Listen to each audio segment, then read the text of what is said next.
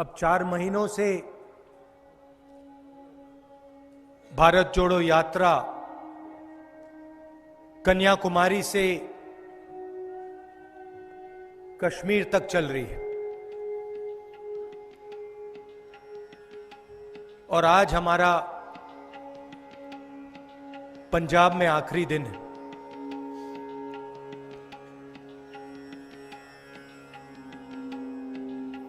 देश में बीजेपी ने, आरएसएस ने नफरत का माहौल फैला रखा है। हिंसा, नफरत और डर का माहौल। एक धर्म को दूसरे धर्म से लड़ाने का काम करते हैं, बीच में खाई बनाते हैं, एक जात को दूसरी जात से लड़ाते हैं, एक भाषा बोलने वाले लोगों को दूसरी भाषा बोलने वाले लोगों से लड़ाते हैं।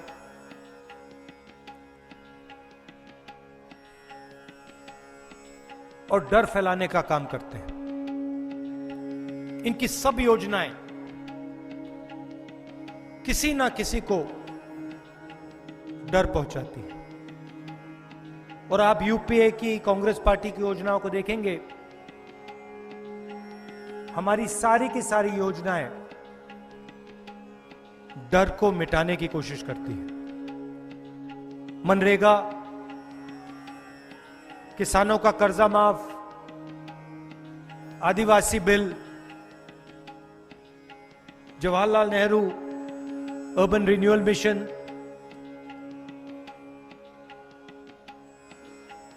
हरी क्रांति, सफेद क्रांति, जो भी हम करते हैं हम डर को मिटाने के लिए करते हैं। और जो भी ये करते हैं ये डर फैलाने के लिए करते हैं। इनकी सब योजनाएं आप देखिए,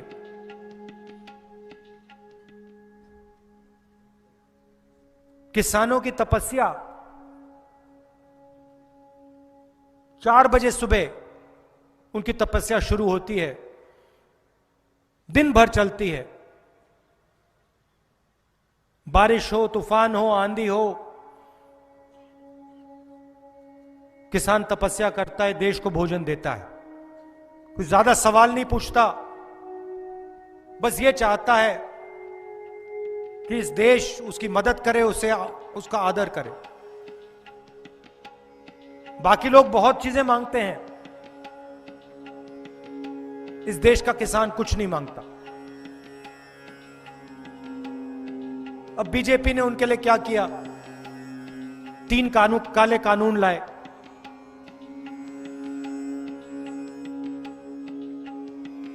इन कानूनों से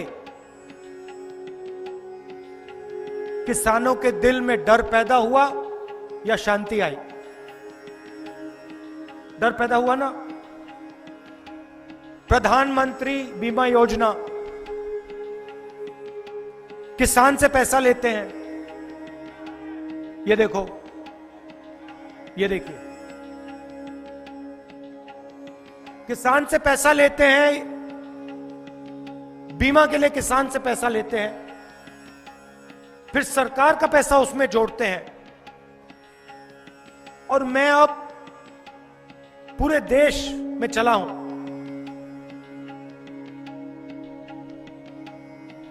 किसी एक किसान ने मुझे नहीं कहा कि भैया जब हमारा नुकसान हुआ तो हमें बीमा का पैसा मिल गया। तूफान आता है, आंधी आती है, सूखा पड़ता है,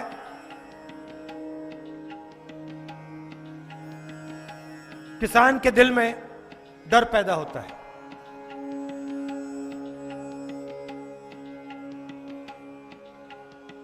उसको कम करने के बजाय बीजेपी उसको बढ़ा देती है। पूरे देश में हर प्रदेश में। कभी आप इन सड़कों पे 4 बजे सुबह चलोगे तो आपको इन सड़कों पे युवा दौड़ते हुए दिखेंगे। आर्मी के लिए तैयारी करते हैं, नेवी के लिए, एयरफोर्स के लिए, सीआरपीएफ, बीएसएफ के लिए तैयारी करते हैं, रनिंग करते हैं। आपने देखे ना? तिरंगे की रक्षा करना चाहते हैं। सोचते हैं कि सेना में जाएंगे, देश की रक्षा करेंगे और देश हमारी रक्षा करेगा। कैसे रक्षा करेगा? पेंशन देके, 15 साल की सर्विस देके। अगर कोई शहीद हुआ तो उसके परिवार की रक्षा करके।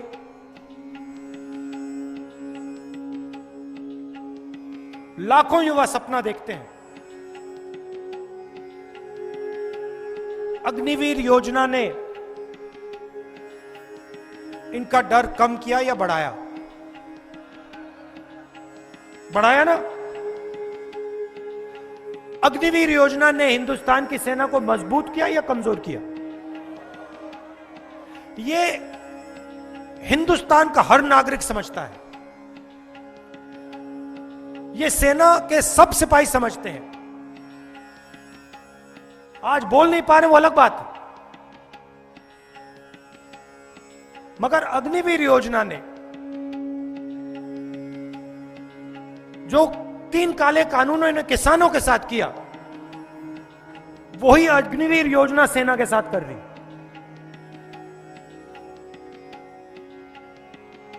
लुधियाना स्मॉल और मीडियम मैन्युफैक्चरिंग का सेंटर हुआ करता था। चाइना से मुकाबला करता था।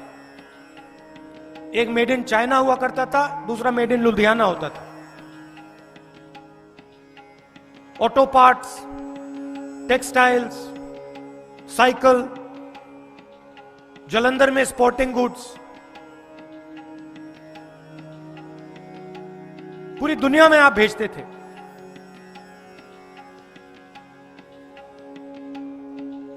नोटबंदी ने उनके दिल में डर मिटाया या पैदा किया? गलत जीएसटी ने उनके दिल में डर मिटाया या पैदा किया? तो जहां भी ये योजना लाते हैं, इनका लक्ष्य होता है कि किसी ना किसी को डराओ और उसकी जो तपस्या का फल है उससे छीनकर हिंदुस्तान के सबसे बड़े 2-3 अरबपतियों को पकड़ा दो। समाज में जब डर पैदा होता है, नफरत फैलाना बहुत आसान होता है। अगर किसान के दिल में डर है, आसानी से उसको नफरत में बदला जा सकता है। अगर छोटे व्यापारी के दिल में डर है, आसानी से उसको नफरत में बदला जा सकता है। तो इनका यही काम है, देश में डर फैलाओ और उसको नफरत में बदलो। ध्यान उधर करो और हिंदुस्तान के जो तपस्वी हैं, जो उनका है, वो छीन के सबसे बड़े 2-3 उद्योगपतियों को दे दो। क्यों? क्योंकि उद्योगपति इनकी पार्टी के मार्केटिंग करते हैं। 24 घंटा मीडिया पे आपको नरेंद्र मोदी जी का चेहरा दिखेगा। कभी टीवी ऑन करके देखो, आपको नरेंद्र मोदी जी का चेहरा दिखेगा। किसान के सामने जो समस्या है, महंगाई, खाद की कमी, बीमा योजना, इनके बारे में आपने मीडिया में कभी चर्चा देखी है? गलत जीएसटी के बारे में नोटबंदी के बारे में आपने अभी मीडिया में आपने कभी चर्चा देखी है? दिख नहीं सकता।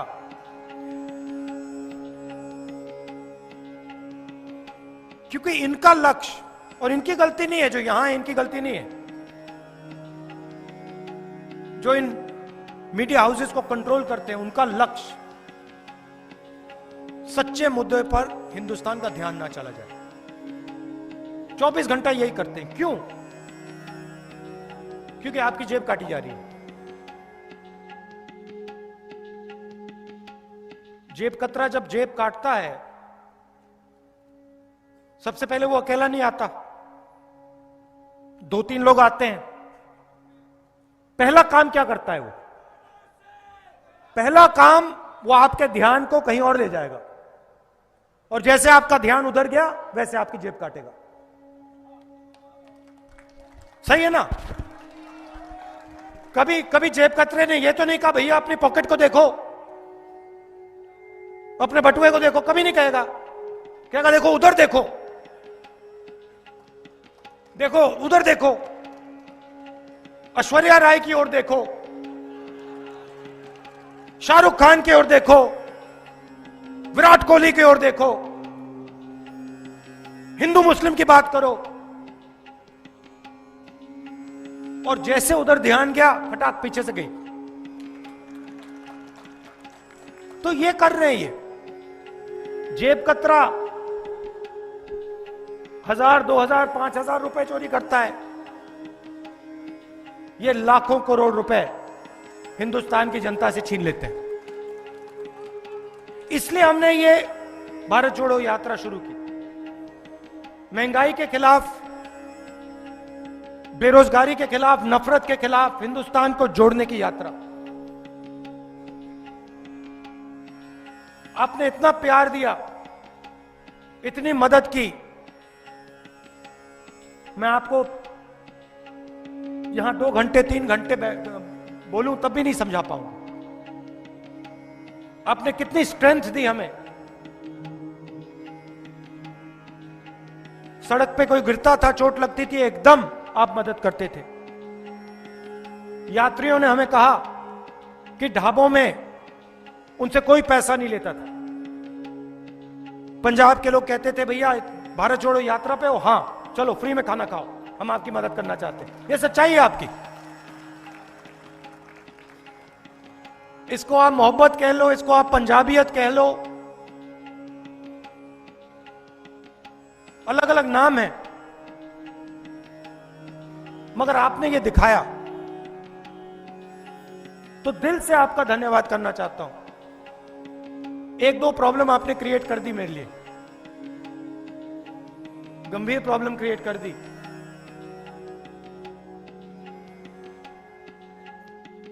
अब दिल्ली के परांठे से काम नहीं चलने वाला, अब नहीं चलने वाला। वो मक्के की रोटी, सरसों का साग, दिल्ली वाला नहीं चलेगा अब। मैं सोच रहा था मैं अपनी मां के घर जाता हूं, उनको सरसों का साग, मक्के की रोटी बहुत अच्छी लगती है।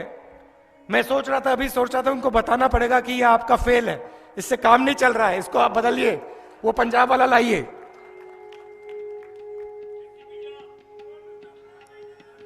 तो आप में इनोवेशन भी है, देखो देसी पिज्जा। आप किसी का भी मुकाबला कर सकते हो, और आपका जीने का तरीका आपका है। आपके ऊपर चीजें थोपी नहीं जा सकती। आपकी भाषा है, आपके गुरु हैं, आपकी हिस्ट्री है, आपका इतिहास है, और ये नया नहीं है, ये सालों से चल रहा है।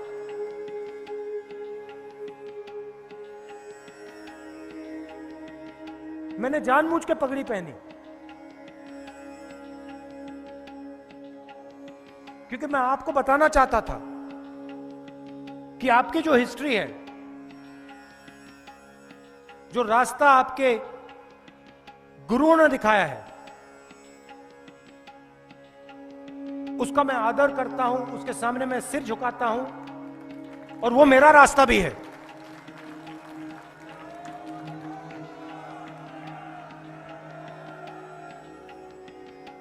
और उससे भी मुझे बहुत सीखने को मिलता है, हर रोज सीखने को मिलता है।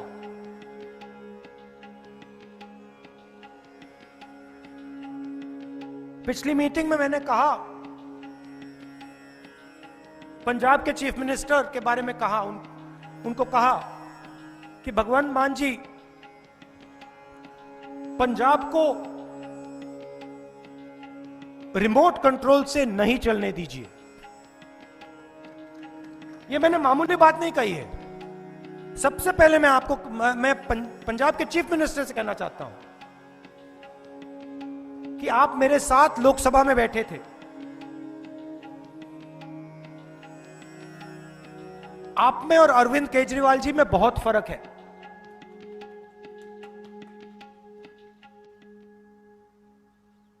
आपकी मैं रिस्पेक्ट करता हूं, मैं कांग्रेस पार्टी के स्टेट से कह रहा हूं,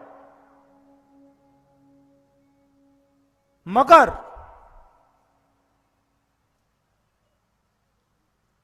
पंजाब को दिल्ली से नहीं चलाना चाहिए। मैं आपको बताता हूं मैं क्यों कह रहा हूं। एक कार्यकर्ता है,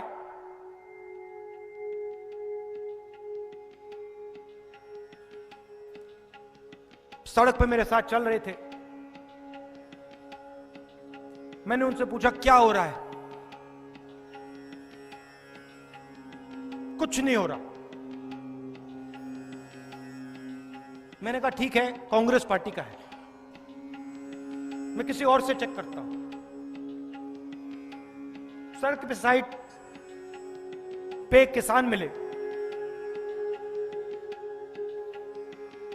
पहले मैंने उनसे खेती के बारे में पूछा, फिर मैंने पूछा भैया बताइए, ये आम आदमी पार्टी की नई सरकार आई है, इसने क्या किया? नहीं, उसका जवाब था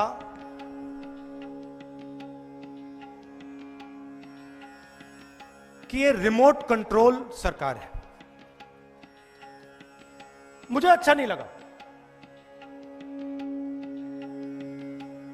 आम आदमी पार्टी से कांग्रेस पार्टी पंजाब में लड़ेगी, हम आपको हराएंगे, वो अलग बात है,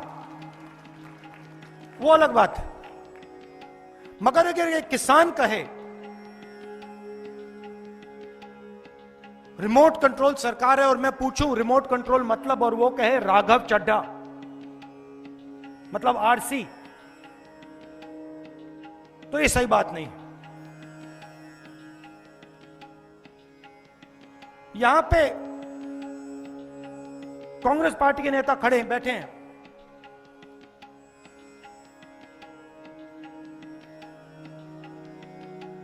गुजरात में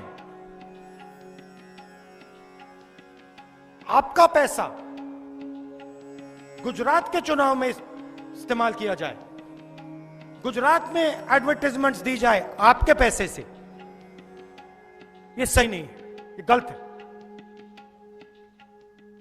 ये पंजाब के लोगों का पैसा है। और मैं फिर से कहता हूं कि भगवंत मान जी मुझे अच्छे लगते हैं, मगर पंजाब को पंजाब से चलाना चाहिए।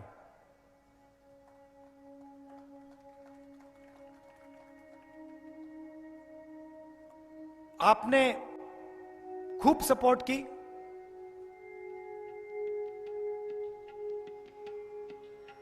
नफरत के बाजार में आप सब ने मोहब्बत की दुकान खोली, इसके लिए आप सबको दिल से मैं धन्यवाद करता हूं।